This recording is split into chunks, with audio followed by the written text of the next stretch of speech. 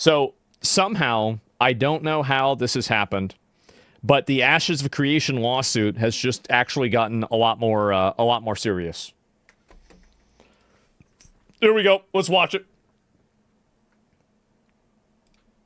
Because everyone is suing everyone. Maybe I'll even sue you, the viewer, just for the hell of it. 'Cause today, it's time to find out about what's up with Ashes of Creation and how it imploded. Things have gotten much messier over the last few weeks. Intrepid, we're supposed to have a live stream on the 13th of February to showcase the future. Oh yeah, whatever happened with that? I guess it didn't happen. Of the game, but there was the slight problem that everyone working there was laid off with no pay or no severance. What people want is clarity on what happened.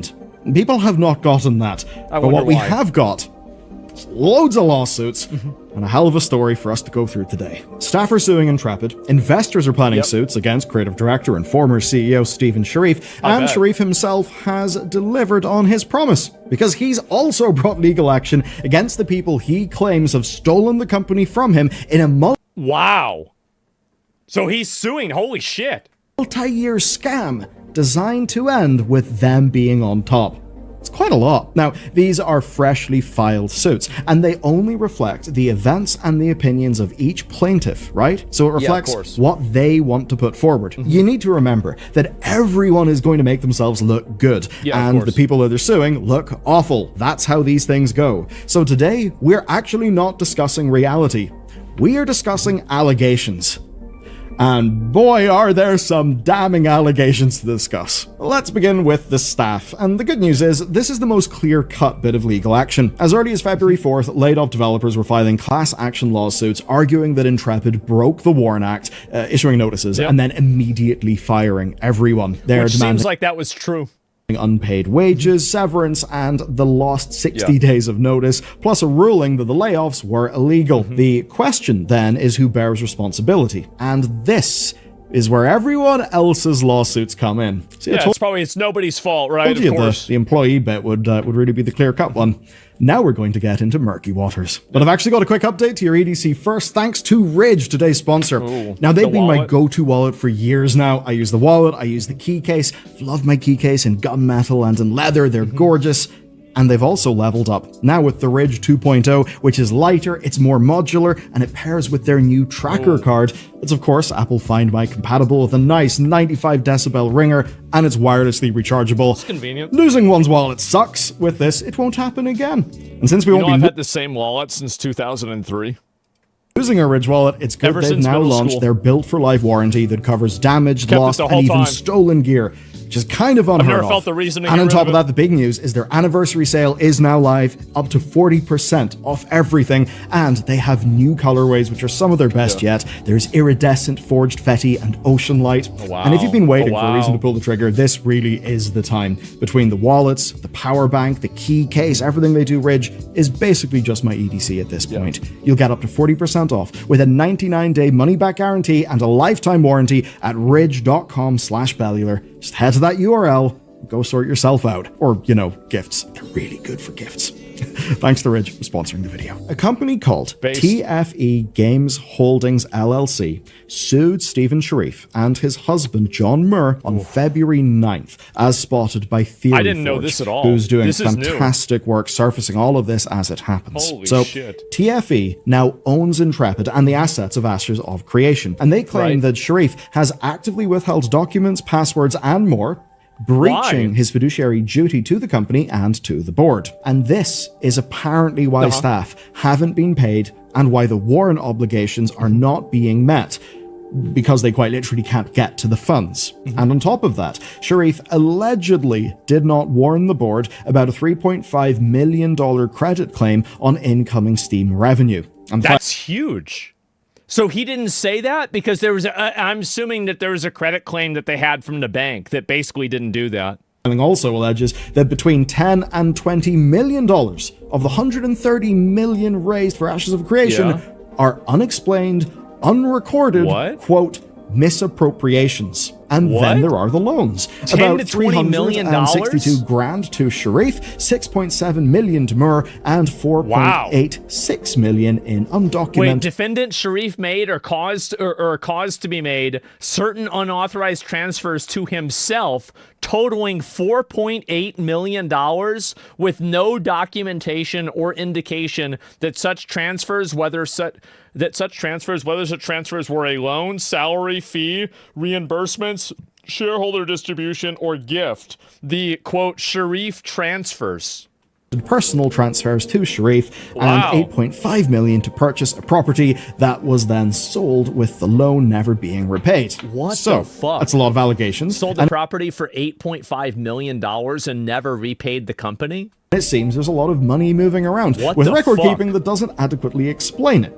So, TFE are Oh my demanding God. repayment of outstanding loans, plus the documents they legally believe are theirs, Yeah, going of so course. far as to get a temporary restraining order that would compel turnover and prevent deletion.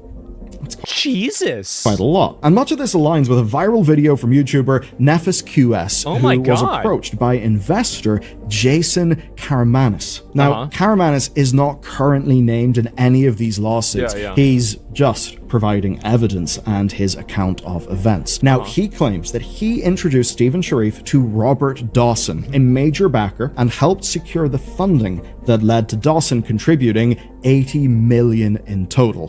Because, well, money follows money. Yeah, If you're of going to course. contribute a lot of money, it will certainly look good if others have done similar. Yeah, sure. But in a way, that's the boring numbers. What's more engaging is that this was an hour of sweary, very angry conversation, including calling Sharif and Moore, quote, insane pathological narcissists. So there is no love lost between... Oh, wait, let me read this. Stephen and his husband John stole money out of the company and paid a certain amount of money a year salaries each, plus paid for their San Diego house when they purchased with investors' money after John took out the deposit on his San Diego home. All I can say about Stephen and John is that they both had insane pathological narcissists that convinced people that they were fucking ballers with mega millions in the bank when he had not put one penny into the company. So all this shit about him putting all the money into the company is 1,000% false and a lie. Oh my God. Sharif and Moore, quote, insane Wow, pathological okay. narcissists. So there is no that's a love lot. lost Didn't between expect that. Karamanis and Sharif. However, allegedly, there are millions of dollars lost. This is stuff lost to him based on personal investments, while he's claiming that Sharif never invested a cent of his own money. Karamanis claims that Sharif and Moore paid themselves $500,000 a year and alleges that Sharif's warning to Commerce West Bank was to protect a loan on their home by ensuring that the Steam revenue couldn't be used for staff payroll. So that would be the credit stuff in the Steam revenue. If true, that's quite wild, isn't it? Now, he claims to know this because he says he's got data, and Karamanis shared financial documentation and personal text. The next billion-dollar game? What is he saying? The next billion-dollar game I'm announcing tonight? Oh my God, you get an early sneak peek.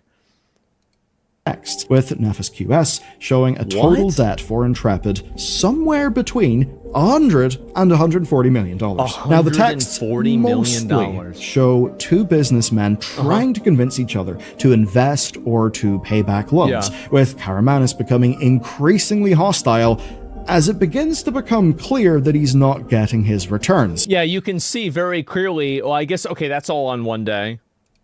But there is one person who we haven't heard from yet in this story. Is the guy And who that put is, in of $80 course, million. Stephen. When we last left this Oh, story, yeah, there's it that was too. with a promise from Stephen Sharif.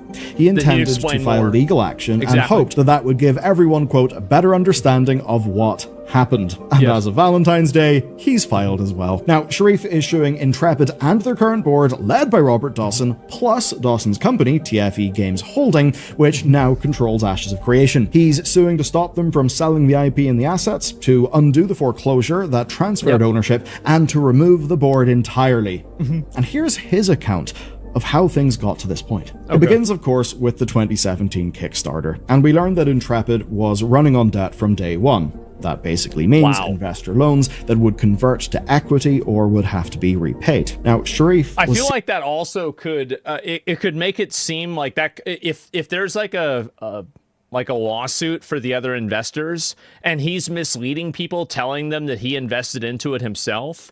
And if that's actually not true, like, I feel like that's kind of a really big deal. That's a huge but big he deal. was not a shareholder, and Moore sat on the board. Now, by 2020, they secured a $6 million loan with Commerce West Bank, with Moore guaranteeing that loan and the company's IP being used as collateral. Now, in 2021, Sharif is introduced to Dawson, who then spends the next 4 years putting money into Intrepid. But in 2023, Sharif alleges that Dawson talked him out of selling the game for millions to a major developer, allegedly Why would they Riot do that? Games. That's Riot was going to buy it? Now that shifted things, and Wait as a minute. this So account Riot of things was going to buy Ashes of Creation. That's fucking insane. goes, Dawson then realized how valuable this game could be, but also that he wouldn't be able to, quote, turn as quick a profit as he had hoped. And from there, Dawson allegedly began pushing for more shares. And the alleged examples are rather striking, demanding a warrant granting 10% of the company for $10, or zero-cost equity options on his debt. Yeah, Those makes are, sense. to put it mildly, fairly bold asks.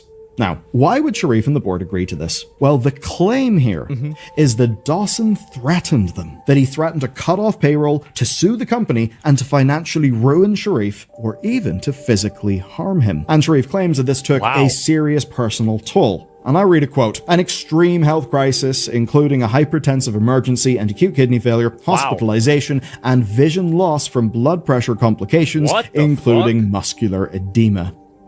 That is quite horrible. So you can see as we go through Sharif's filing here that it's really quite rough sounding. This is insane. Here's where it gets interesting, because in May of 2024, it seems that something happened. But here, the filing is redacted. But it seems what happens is that Dawson ends up in control. He ends up being This is one hell of a rabbit hole. It sure is. Largest shareholder, largest debtor, and the person running the finances and the board. He then forces Moore off, appoints a new CFO, and requires Moore to transfer his shares to Sharif. Now, Sharif retains creative control, but the threats then continue. Dawson and his deputies, quote, frequently threatened to harm Stephen and his loved ones physically if Stephen did not comply with his demands. Wait, what? And most importantly... So this guy was threatening to beat the shit out of Stephen? Dawson secured all of his debt against the assets of Intrepid. But the story is not over, it keeps on going. By September 2024, he's chair of the board, he's directing his CFO to open new bank accounts, and by August of 2025, he has appointed the rest of the board, and Stephen Sharif claims that he is instructed not to publicize this. So not to publicize anything about the board. Now, that is... What the fuck, man? September, the board then decides to launch on Steam, and the CFO tells Commerce West Bank that the income from this Steam release will cover their outstanding balance. But I thought it was like millions of dollars. Sharif's central claim is that all of this was deliberate, that Dawson was engineering a default so that TFE, his company, could seize the assets that he had just secured his debts against. And here's how that plays out. Valve refused to use the new Dawson-controlled accounts for payouts. Then January has things speed up, where on the 7th, Dawson then moves the beneficiary of all of his debts to TFE, the other company. On the 14th, he tells investors he has a plan to fix the debts, to foreclose on Intrepid, and to secure enough capital to release Ashes of Creation September 2026. September? Yeah, fucking right. Oh my god, there's no way that would have happened. So basically, this guy took a bunch of investment from this person, and then he got browbeat into giving this person more power, and then this person made them put the game on Steam because they thought that it would speedrun them being able to basically recover their assets and their money back. I mean, I don't know. I mean, like, again, all of this is, I mean, this is what Steven's saying, right? So who knows? Is likely the original plan to lay off most of the staff and then to continue development that we discussed in our previous coverage of this story. Now, Sharif then supposedly spoils this, where on the 15th, he tells Commerce West Bank what's up, and they issue a default statement on their loan. Dawson then follows through on the 16th. Intrepid defaults, and all the assets go to TFE via a, quote, private sale with no notice to other creditors. Sharif then resigns following multiple attempts to stop all of this, and he claims there was crazy that happened in January. I feel like that happened like 2 weeks ago. Shit just happens so fast now. Like, I feel like all the time there's like news, like crazy things that are happening constantly, like every day nowadays. Board meeting on the 30th that had witnesses suggesting a plan to make him the fall guy, and that this plan was already in the works because the CFO had filed false documents with the California registry, and those are the documents that we showed you in our last video. Now, the warn notice is then filed on the 31st. Staff are all axed on the 2nd. Sharif alleges that this was because the $5 million that Valve were meant to send for early access sales was in fact intercepted by Commerce West Bank because Dawson did not control those finances. Valve then suspended trading with Intrepid on... Can you imagine them Steam having to deal with this shit? Oh my god. The 3rd, and TFE are imagine they're trying to like offering steal the money from each other money to get access to the game, and that they're doing that makes way more sense. I mean, I don't know. Like, again, this is one of those things where it's like, I bet everybody probably engaged in an element of bad faith behavior. Who engaged in more bad faith behavior? Who really is the worst bad actor? That's up for the courts to decide whether fraud was committed or anything else. Like, that's out of my pay grade. I have no idea. Whilst they're trying to line up buyers for it. As for Stephen Sharif's defense, well, he denies all the accusations of misleading investors, of misappropriating funds, the whole lot. Of course, TFE and at least one of his other investors disagree with that. And thus far, in this video, we have seen the core arguments from the core parties. You have to remember, this is people's charitable accounts of themselves and uncharitable accounts of all the other people in the situation, because everyone is ultimately trying to win their lawsuit. And that means you should treat these as narratives that people are putting out there, and we just have not went through the full legal process to untangle what is actually happening here. And of course, the hope is that that legal process would actually be useful. And that would be because of things like the discovery process, where documentation I mean, if they go through the text messages and the communications, like, this is over.